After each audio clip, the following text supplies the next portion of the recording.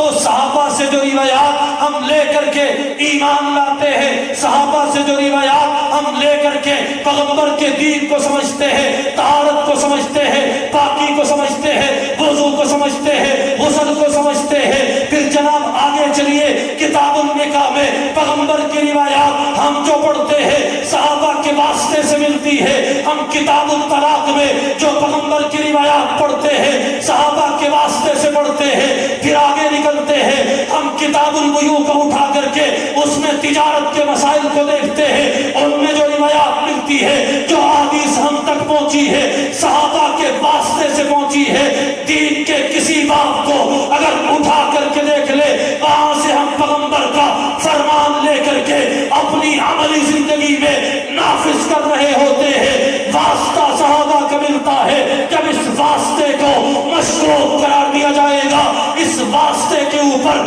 جب ہمیں شک ہوگا تو پھر دین سارے کا سارا مشکوک ہو جائے گا۔ اس لیے میں نے عرض کیا ہے کہ ہماری اخلاقی ذمہ داری کے بعد ایمانی ذمہ داری یہ ہے کہ ہم حضور کے صحابہ کا دفاع کر کے سارے دین اسلام کا دفاع کر سکیں۔